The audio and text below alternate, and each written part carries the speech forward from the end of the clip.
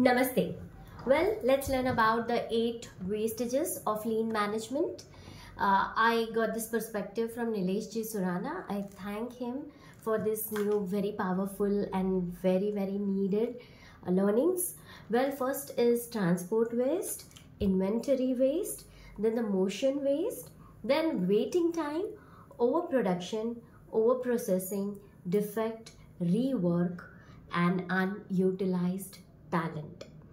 तो transport waste जो है उसका एक एग्जांपल मैं दे दूँ तो हमारे सेंटर पे पहले मुझे पहुंचने के लिए जो ट्रांसपोर्ट एक्सपेंस लगता था और अब मैं अगर ये करूँ तो it is almost half the expense. And हम इसको अपने लाइफ में कैसे अप्लाई कर सकते हैं? वेल, जहाँ पर भी आप प्रॉपर प्लानिंग नहीं करने के वजह से 2 चक्कर 3 चक्कर में आप जो भी सामान लग रहा है, जो भी नीड्स है आपके बिजनेस के अराउंड, वो जाने अनजाने में एक्स्ट्रा ट्रांसपोर्ट हो रहा है। आपको थोड़ा सा इनर रिफ्लेक्शन करके समझना होगा कि हम कैसे प्रॉपर प्लानिंग से जो ट्रांसपोर्ट कॉस्ट है कि हम एक ही चक्कर में या एक हफ्ते में हर बार बिना इन्वेंटरी बढ़ाए हम कैसे हमारा ट्रांसपोर्ट जो कॉस्ट है, एक्सपेंस है, वो रिड्यूस कर सकते हैं। क्योंकि अगर हम वो महीने का एवरेज या साल का एवरेज निकालते हैं तो डेफिनेटली बहुत ज़्यादा डिफरेंस हमें नज़र आता है। Then is inventory. Inventory is जहाँ पर हम बिना वजह अननेसेसरी स्टॉकिंग कर रहे हैं क्योंकि हमें ऐसा लग रहा है कि ये बहुत ल्यूक्रेटिव डील है, बहुत अच्छा हमें क्या बोलते हैं उसे, बल्क बाइंग करने की वजह से हमें कॉस्टिंग कम हो रहा है। पर अगर हम ओवर अ पीरियड उसको देखें तो हम अननेसेसरी स्टॉकिंग कर रहे हैं बहुत जगह पे। तो हमने हमारे सेंटर पे तो बल्क बाइंग बहुत सिग्निफिकेंटली कम कर दिया है।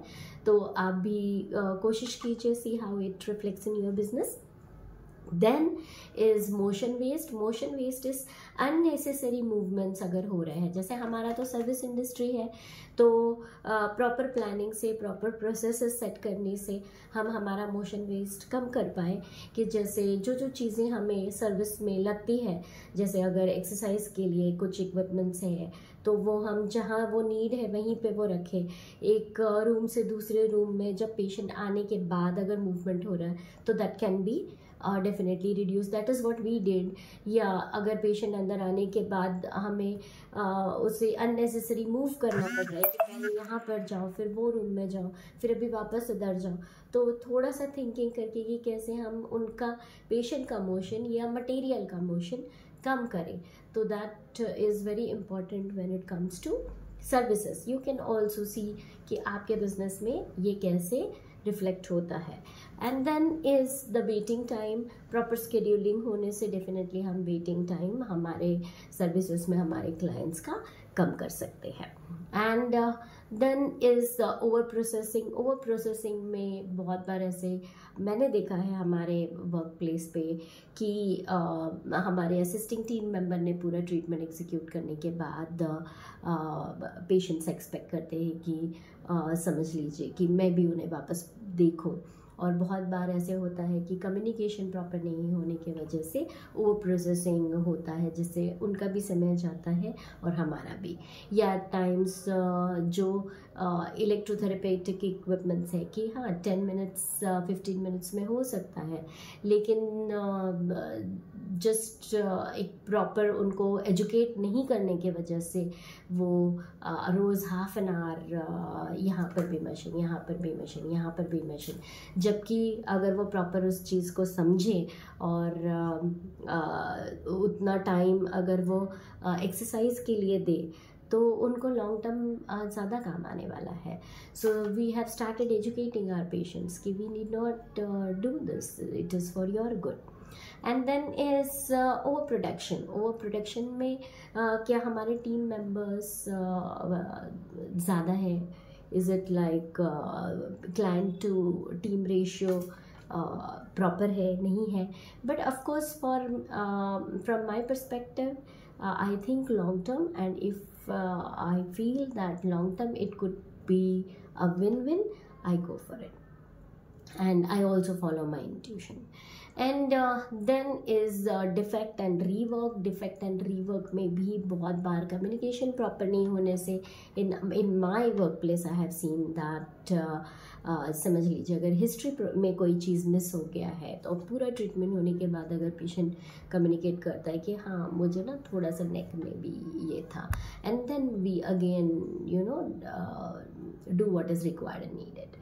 सो इफ़ अगर प्रॉपर अगर डॉक्यूमेंटेशन हो, प्रॉपर कम्युनिकेशन हो एंड इंटरनल कम्युनिकेशन भी बाद में प्रॉपर हो तो we can definitely reduce this. And then is unutilized talent. Unutilized talent में I have noticed in my कि I have in my last 20-30 years of learning journey, मैंने बहुत कुछ चीज़ें सीखी और मैंने हमेशा सोचा कि जो भी मुझे आता है वो मैं इम्प्लीमेंट कर पाऊँ।